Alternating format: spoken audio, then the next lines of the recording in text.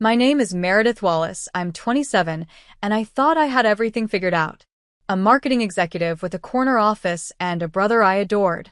Standing in my childhood home, garment bag containing my bridesmaid dress draped over my arm, I smiled at Aunt Judith. "I can't wait for the ceremony tomorrow," I gushed. She gave me a strange look, then said words that shattered my world. "It was last week." She showed me family wedding photos. Everyone there. Everyone but me. Caleb, my brother, mom, and dad all laughed. "Didn't we tell you?" Before I continue with this heartbreaking story, I'd love to know where you're watching from today. Drop your location in the comments below. If this has ever happened to you or someone you know, please hit that like button and subscribe to my channel for more personal stories that might help you navigate your own family challenges. Now, let's dive deeper into how this shocking moment came to be. Growing up as Meredith Wallace meant living in the shadow of my golden child brother, Caleb. 3 years my senior, he excelled at everything from academics to athletics, while I struggled to find my place in our family dynamic. It wasn't that I wasn't successful. I graduated with honors and secured an impressive position at Anderson Marketing by 25. But somehow, my achievements always seemed to pale in comparison to his. Our family home in Connecticut housed countless memories of subtle exclusion. My parents, Patricia and Raymond Wallace, never missed Caleb's baseball games, but my debate team finals often found me scanning empty bleachers where they should have been. "Traffic was terrible," they'd explain, or "your father had an important client meeting." I learned to nod and pretend it didn't hurt. Despite this imbalance, Caleb and I maintained a close relationship. He seemed oblivious to our parents' favoritism, and I never blamed him for it. When we were younger, he'd sneak into my room after particularly difficult family dinners where my accomplishments were glossed over, bringing ice cream and terrible jokes to cheer me up. "Mom and Dad are just weird sometimes," he'd say, never quite acknowledging the pattern but offering comfort nonetheless. Aunt Judith, my mother's sister, reinforced the family dynamic. "Your brother just has that special something," she'd tell me when I was 13, after winning a writing competition that no one attended. "But you're doing fine too." Her backhanded compliments became so familiar that I stopped noticing them. The wedding plans began 6 months ago when Caleb proposed to Vanessa Chen, his college sweetheart. I was genuinely happy for them and immediately thrown into the whirlwind of preparations. Vanessa and I spent countless hours discussing flower arrangements, venue options, and catering menus. "I'm so glad Caleb has a sister who cares this much," she told me once, squeezing my hand across a table cluttered with color swatches. 3 months before the wedding, I purchased an expensive emerald green bridesmaid dress that Vanessa had selected. It cost nearly 2 weeks' salary, but I didn't hesitate. This was for Caleb. I even took it to be professionally altered, ensuring it would be perfect for his special day. In quiet evenings alone, I crafted my maid of honor speech, wanting every word to convey how proud I was of the man my brother had become. I practiced it in front of my bathroom mirror, timing myself, editing and refining until tears came to my eyes at the perfect ending. I requested vacation time specifically for the wedding week, planning to help with last-minute details and spend quality time with extended family visiting from across the country. My boss Diane was understanding, knowing how important this was to me. Throughout my childhood and adult life, I had learned to accept being forgotten on occasion. My 16th birthday party, which my parents had promised would be special, was downgraded to pizza at home because Caleb had an unexpected college interview. My college graduation dinner was cut short when my father received a call about Caleb's job offer. Each time, I swallowed my disappointment and told myself it wasn't intentional. There was one notable exception to this pattern. When I was 22 and a cousin made a cutting remark about me being the other Wallace, Caleb stepped in. "My sister is brilliant and kind," he said firmly, "and you'd be lucky to be half the person she is." That moment sustained me through countless subsequent letdowns, a proof that my brother saw me even when others didn't. Despite years of therapy in my early 20s, I continued making excuses for my family's behavior. "They're just distracted," I'd tell Dr. Bennett, my first therapist. "They don't mean to forget me." I became expert at forgiving without receiving apologies, at lowering my expectations to avoid disappointment. In the week leading up to the wedding, I confirmed the details multiple times. Text messages to Caleb and Vanessa about arrival times, email exchanges about the rehearsal dinner, even a call with my mother about which shoes would match the bridesmaid dress best. Every conversation reinforced what I already knew. The wedding was scheduled for Saturday, June 15th.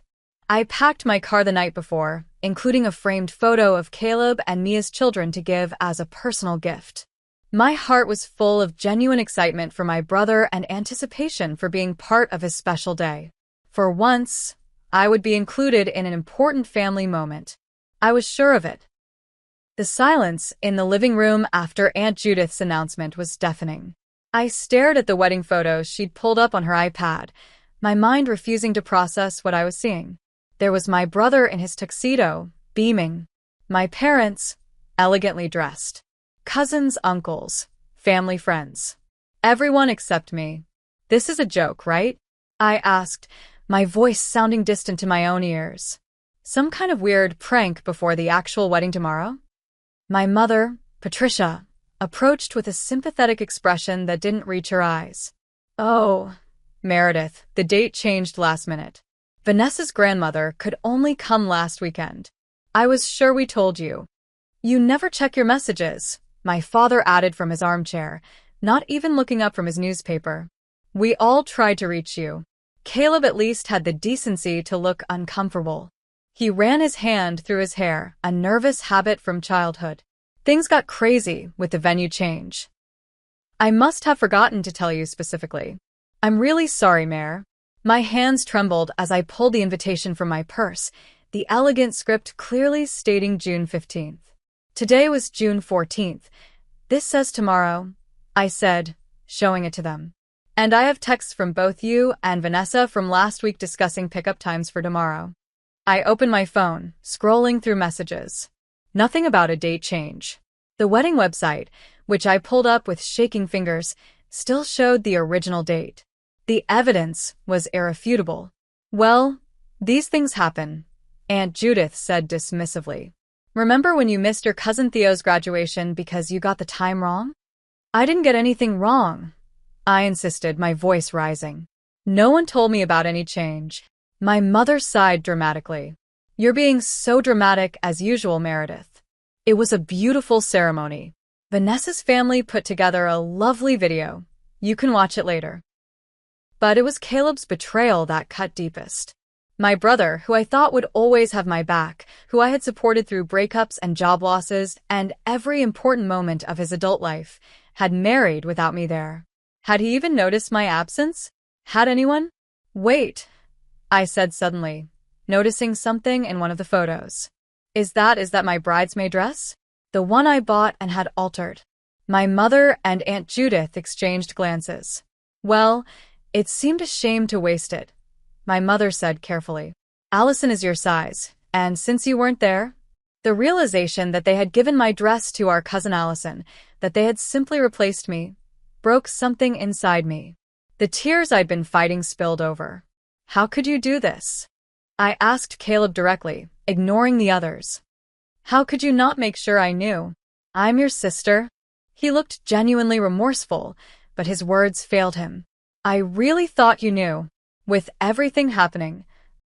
Oh, find a sense of humor about it. My father interjected. These things happen in families. Not in normal families, I shouted, surprising even myself with the volume. Normal families don't exclude a member from a major life event and then laugh about it.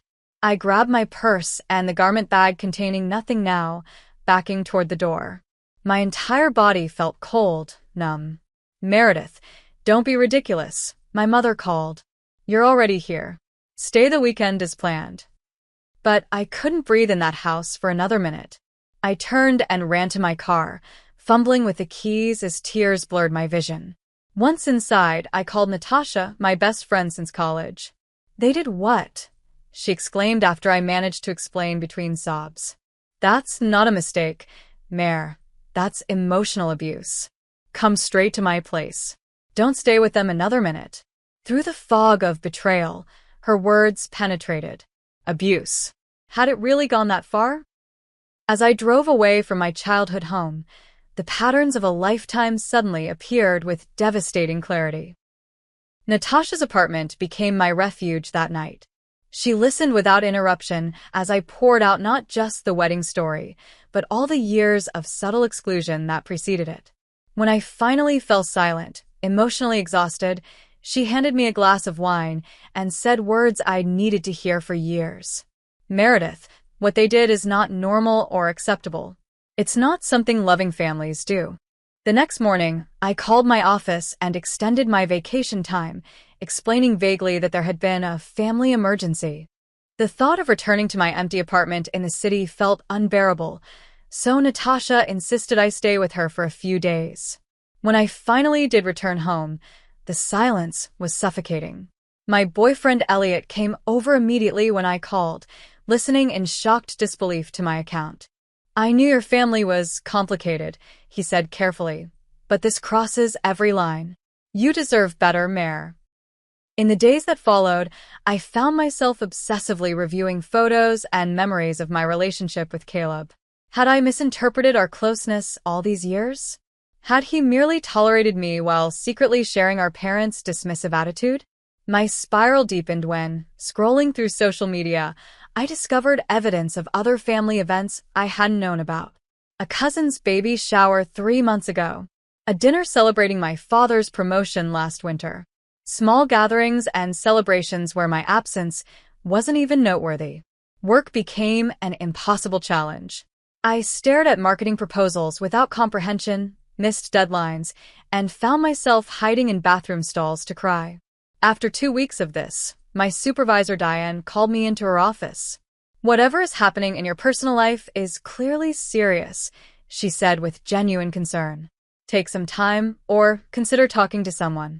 The company has resources." This gentle suggestion led me to Dr. Monica Reed, a therapist specializing in family trauma.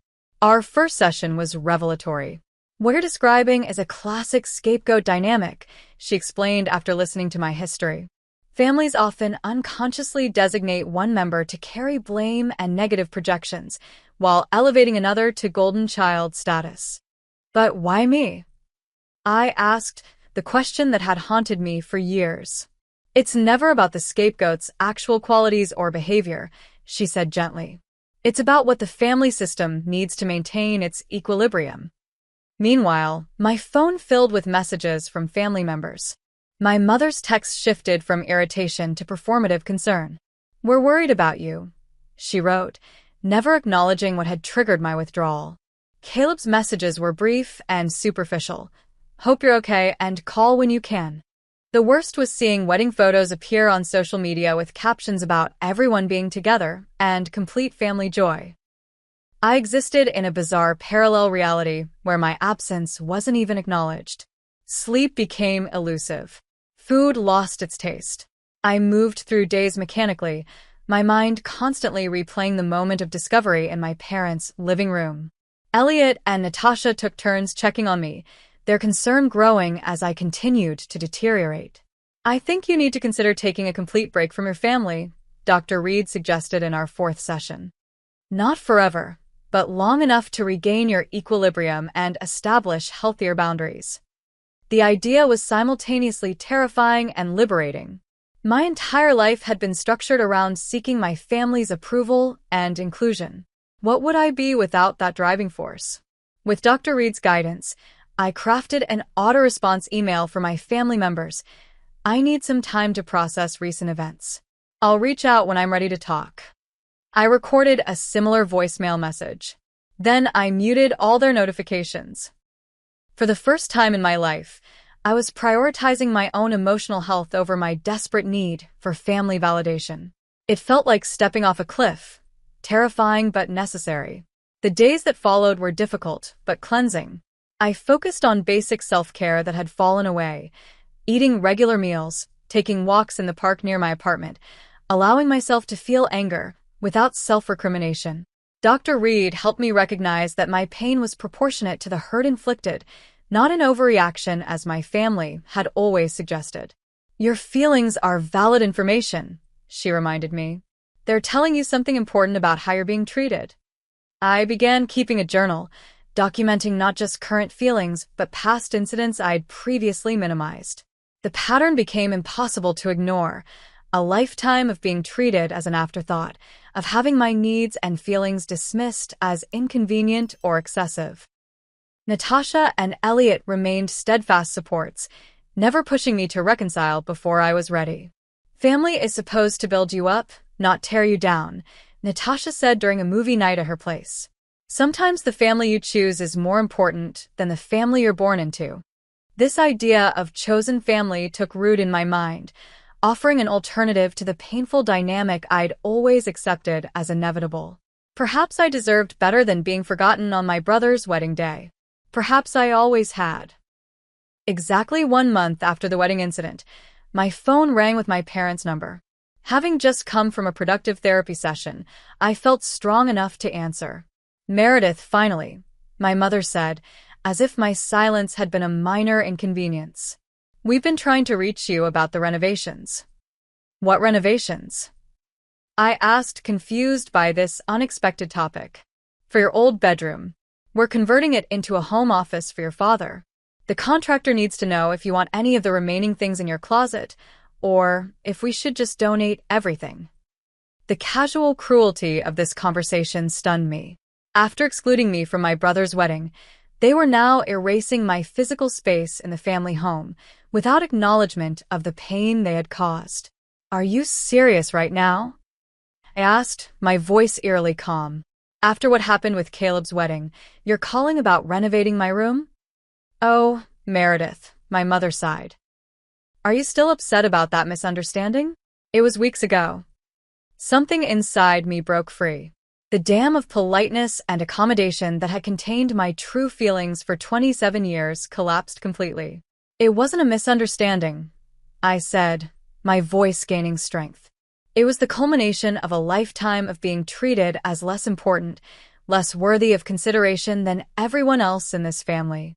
That's ridiculous, my father interjected, apparently on speakerphone. We've always treated you and your brother exactly the same. Really? Where were you when I graduated with honors? Working. Where were you for my first art exhibition? At Caleb's baseball game. Who forgot my 21st birthday, but threw Caleb a surprise party for his? You did.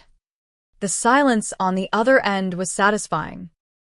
And now you've literally removed me from the most important day in my brother's life, and you have the audacity to call about renovating my childhood bedroom as if nothing happened? We told you the date changed, my mother said defensively. It's not our fault if you don't check your messages. Show me, I challenged. Show me a single text, email, or voicemail where anyone told me the wedding date changed. Because I've checked repeatedly, and it doesn't exist. More silence, then my father's irritated voice. We don't have to prove anything to you. This victim complex of yours is getting old, Meredith.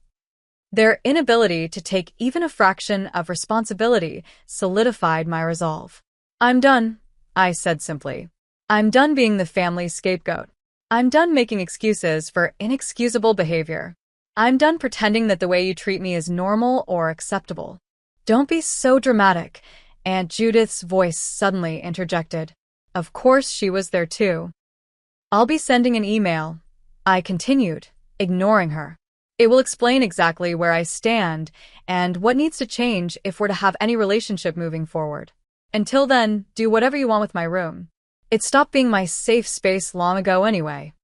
I ended the call before they could respond, my hands shaking but my mind surprisingly clear. Within the hour, I had drafted a comprehensive email to my entire family, including Caleb. I documented the pattern of exclusion with specific incidents dating back to childhood. I explained how the wedding was not an isolated incident, but the breaking point in a long history of being treated as dispensable. I set clear terms for any future relationship, acknowledgement of the pattern, genuine apology, and demonstrable change in behavior going forward. I will always love you as my family, I concluded, but I can no longer accept being loved conditionally or inconsistently in return.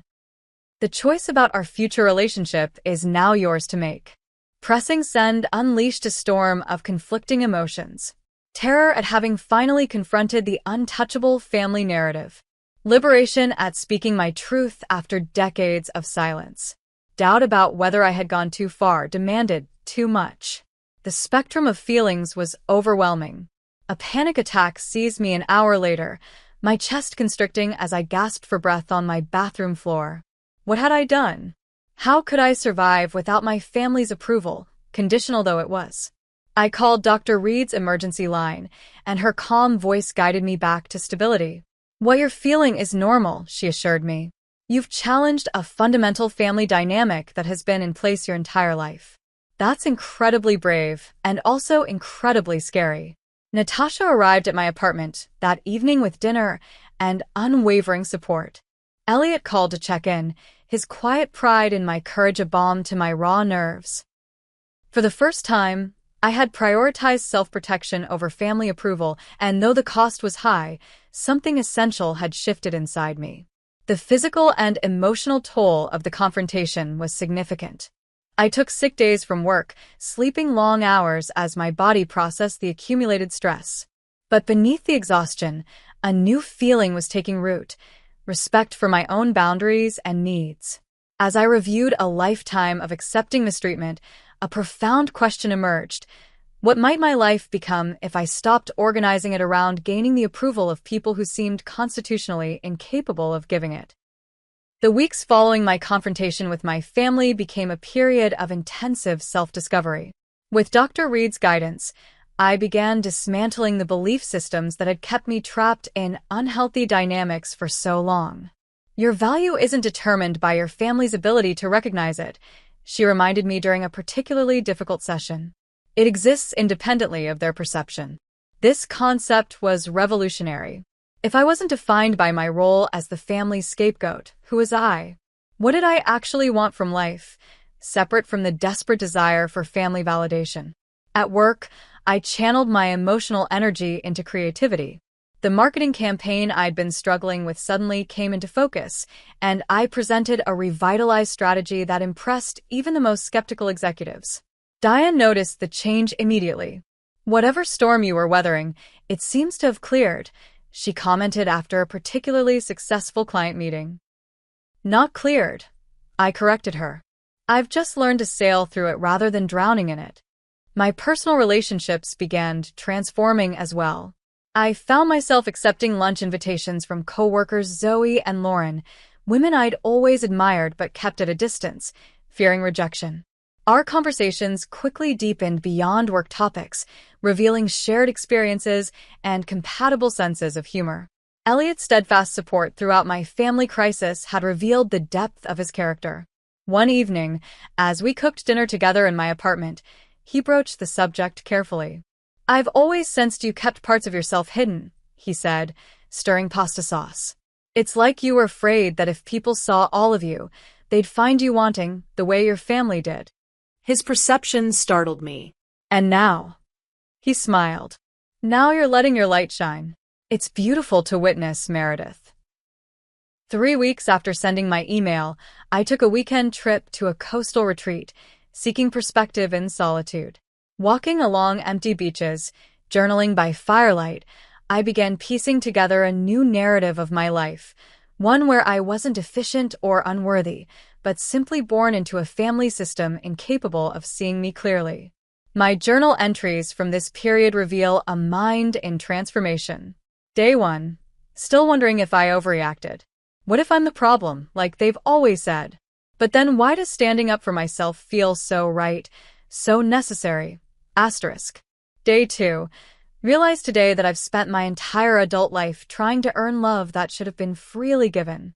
What might I have accomplished if that energy had been directed elsewhere? Asterisk. Day 3.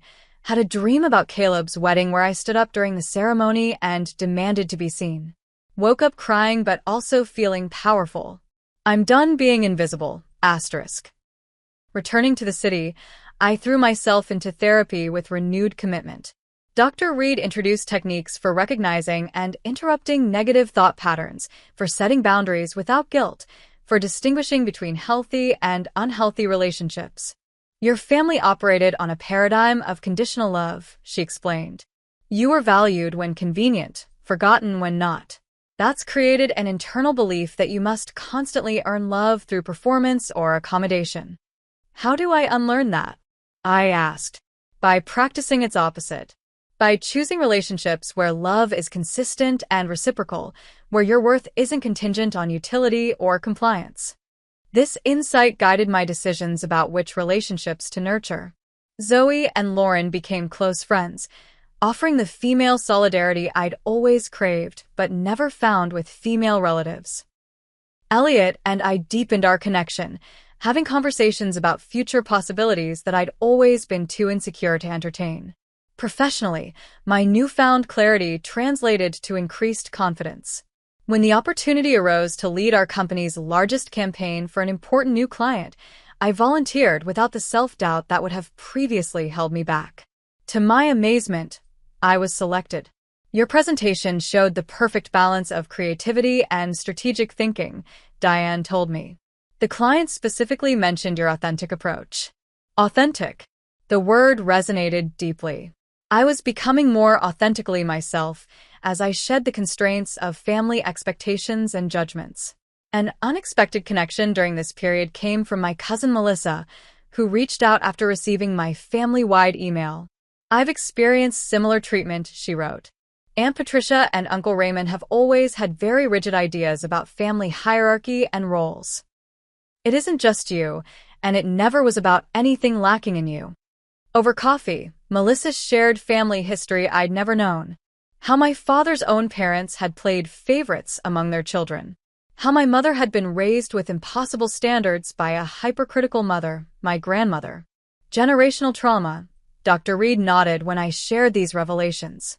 Patterns repeat until someone has the courage to break them.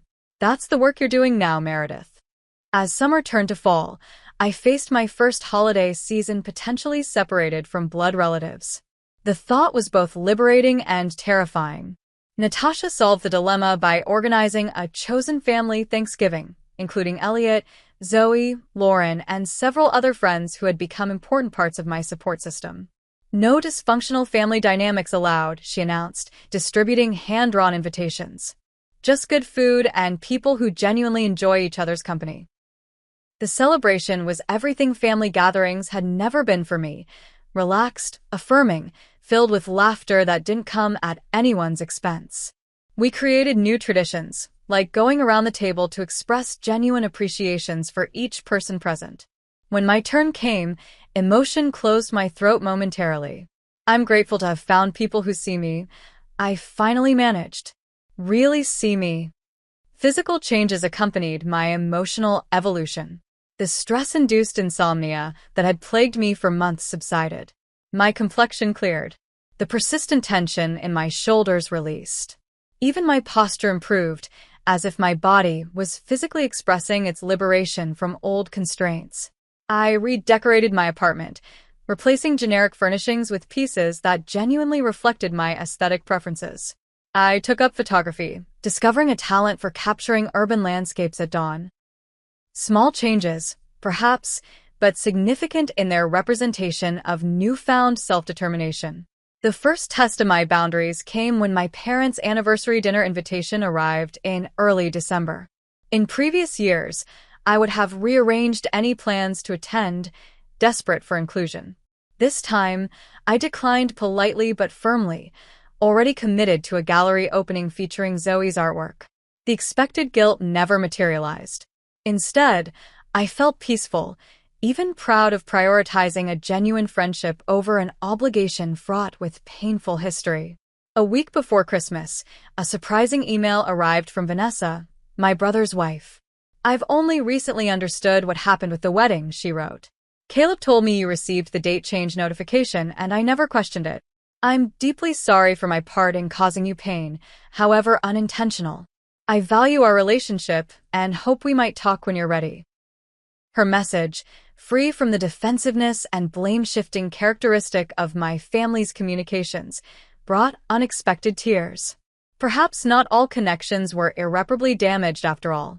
As the year drew to a close, I found myself envisioning a future based on authentic connections rather than obligatory ones. The pain of family exclusion remained, but it no longer defined me. I was building something new from the ashes of what had been destroyed, something potentially stronger and healthier than I had ever known. 3 months after my confrontational email, an unexpected message appeared from Caleb. Unlike his previous texts, this one acknowledged the elephant in the room. "I've been doing a lot of thinking about what you wrote," it began. "You're right about the patterns in our family. I never saw them clearly because they benefited me. I'd like to talk if you're willing." After consultation with Dr. Reed and careful consideration, I agreed to meet my brother for coffee at a neutral location. I arrived early, setting clear mental boundaries for the conversation. This wasn't about wholesale forgiveness or pretending nothing had happened. It was about seeing if any genuine relationship could be salvaged. Caleb appeared nervous, a surprising change from his usual confidence. "Thank you for coming," he said, sliding into the seat across from me. "I wasn't sure you would." "I almost didn't," I admitted. "But I've been learning the difference between protecting myself and isolating myself." He nodded, fidgeting with his coffee cup. "I owe you an apology. A real one. Not the half-hearted excuse I gave you that day. The truth is, there was confusion about the wedding date, but not the kind we claimed. Vanessa's grandmother had a scheduling conflict with the original date, and we briefly considered moving it up a week. But you didn't," I stated flatly, remembering the invitation still in my possession. "No, we worked it out without changing the date. But Mom and Aunt Judith had already started telling some family members about the potential change. When the date stayed the same, Mom claimed she couldn't reach you about the change back to the original date." I sat in stunned silence as he continued. "I knew something was wrong when Vanessa kept asking where you were during the wedding preparations. She was shocked when Mom said you'd been informed, but chose not to come. I should have questioned it then, but everything was so hectic." "That's not an excuse, Caleb," I said quietly. "You knew something was wrong and chose to believe a convenient lie rather than reach out directly." He lowered his eyes. "You're right. And after seeing your email and thinking about all the examples you listed, I started remembering other instances. How parents would cancel on your events but never on mine. How Aunt Judith always introduced me as the successful Wallace and you as just Patricia's daughter. I benefited from the favoritism, so I never questioned it." His acknowledgement was validating but also painful, confirmation that the dynamic I'd sensed my entire life was real, not imagined. "Vanessa was horrified when she realized what happened," he continued. "She's the one who really pushed me to examine the family patterns. She said no one deserves to be excluded from their sibling's wedding, especially not someone who had been as involved in planning as you were." We talked for over 2 hours, moving beyond the wedding to the larger patterns of family dysfunction. Caleb revealed things I had known, like our father's explicit guidance to him about carrying on the Wallace name, while I was expected to marry well, ideas so outdated they would have been laughable, if not so damaging. "I'm not asking for instant forgiveness," Caleb said as our meeting concluded. "I'm just hoping we can start rebuilding on healthier terms." I left our coffee meeting cautiously optimistic but determined to maintain boundaries. "I need to see consistent change, not just hear promises," I told him. "Words are easy. Actions are what matter now." The responses from other family members to my original email had been mixed. My mother made surface-level apologies while maintaining her victim narrative. "I never meant to hurt you," she wrote. "I've always tried my best, but apparently that's never been good enough for you." My father's grudging acknowledgement came only after his conversation with Caleb. "Perhaps there have been some oversights," was as close as he came to accepting responsibility. Aunt Judith's response was predictably defensive, rewriting history to cast herself as my champion rather than critic. "I've always stood up for you in family discussions," she claimed, a statement so contrary to reality that it would have been comic in another context. Testing these tentative reconciliation waters, I agreed to a small family dinner at Caleb and Vanessa's apartment. I established clear ground rules beforehand, including that I would leave immediately if boundaries were crossed or gaslighting occurred. The evening was tense but productive. My mother made several attempts to revert to old patterns, like dismissively interrupting my work anecdote to ask Caleb about his career. When this happened, I simply stopped speaking and looked at her directly until the uncomfortable silence forced acknowledgement. "I'm sorry," she said stiffly. "Please continue with what you were saying, Meredith." A small victory, but significant in a family where my voice had so often been silenced. The most surprising alliance formed with Vanessa, who showed remarkable insight into the family dynamics despite her relatively recent inclusion. "I noticed at our engagement party how differently everyone treated you compared to Caleb," she confided while helping me clear dessert plates. "But I assumed it was because he was the groom-to-be. It took me too long to recognize the pattern." After careful assessment, I determined which relationships might be salvageable. Caleb seemed genuinely committed to change, as did Vanessa. My parents showed sporadic improvement, though my mother's ingrained patterns proved deeply resistant to modification. Aunt Judith remained perhaps the most entrenched in denial, unwilling to relinquish her role as family narrative controller. A pivotal moment came at a birthday celebration for my cousin's child. Aunt Judith, in typical fashion, began recounting a family story that minimized my role and contributions. This time, however, I didn't silently accept the revision. "That's not actually what happened, Aunt Judith," I said calmly.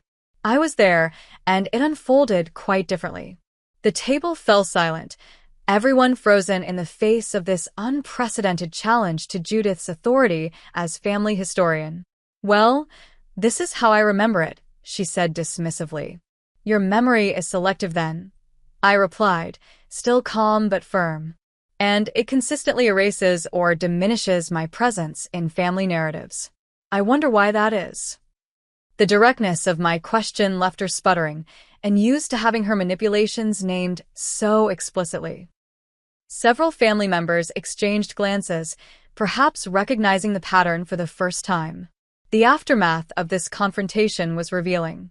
Some relatives approached me privately to express support, while others maintained uncomfortable distance, unwilling to disrupt the established hierarchy.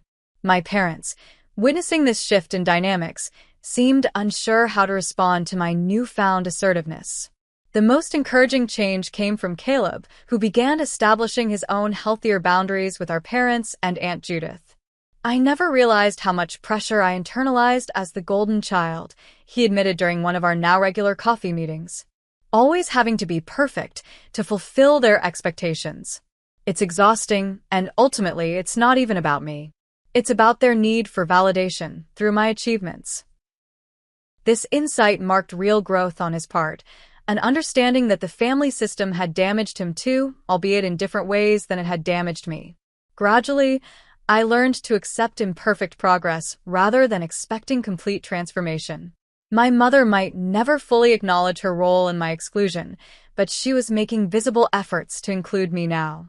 My father occasionally slipped into old dismissive habits, but could sometimes catch and correct himself. Aunt Judith remained largely unchanged, but I had developed tools to counter her manipulations without becoming emotionally derailed. The complexity of loving family members while protecting myself from their harmful patterns became my ongoing challenge.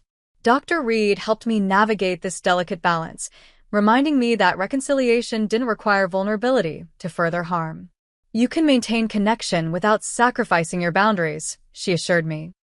"The key is consistency in enforcing those boundaries, even when it feels uncomfortable." Practicing this consistency gradually became easier, a muscle strengthened through repeated use. I no longer feared family rejection as I once had, understanding that their acceptance, while desired, was not essential to my well-being or self-worth.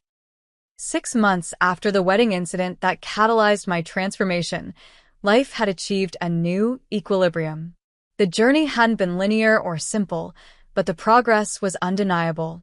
My relationships with family members now existed on a spectrum of health and authenticity.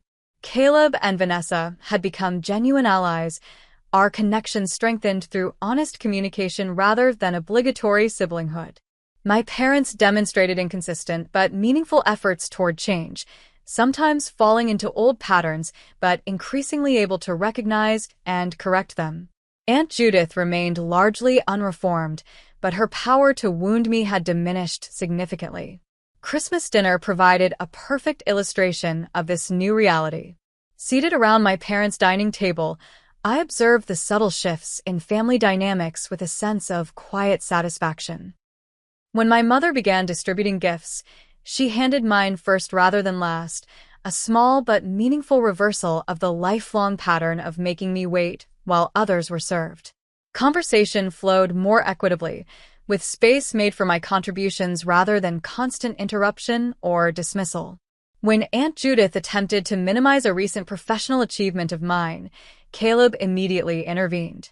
Actually, Meredith's campaign increased client revenue by 30%, he corrected firmly. It's impressive by any standard in her industry.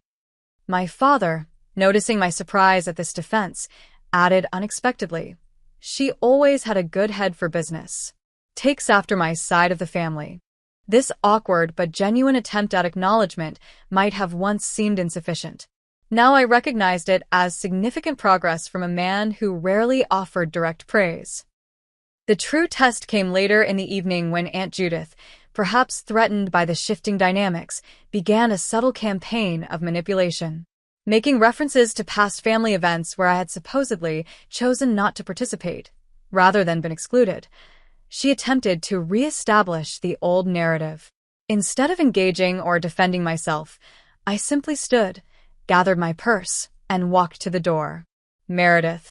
My mother followed, confused. Where are you going? I made it clear that I won't participate in revisionist family history anymore, I explained calmly. I'll come back when Aunt Judith can interact without manipulation, or I'll see the rest of you another time.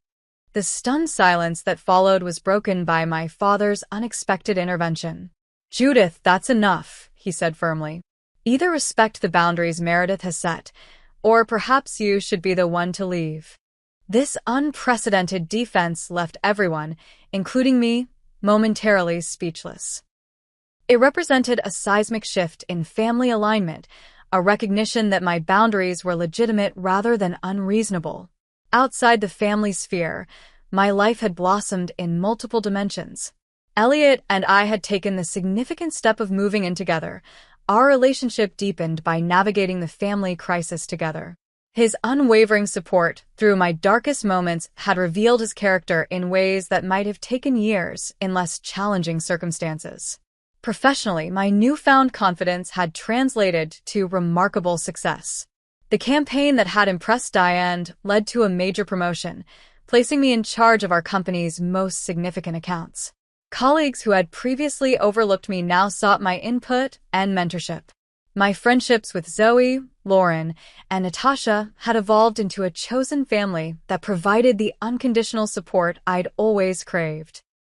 Our weekly dinners became a sanctuary of authentic connection, filled with laughter, occasional tears, and genuine interest in each other's lives. Photography, initially a distraction from family stress, had developed into a serious creative outlet. My urban dawn photographs had been featured in a local gallery showing, an achievement that felt particularly meaningful because it was entirely separate from my professional identity or family connections. It was something that belonged solely to me.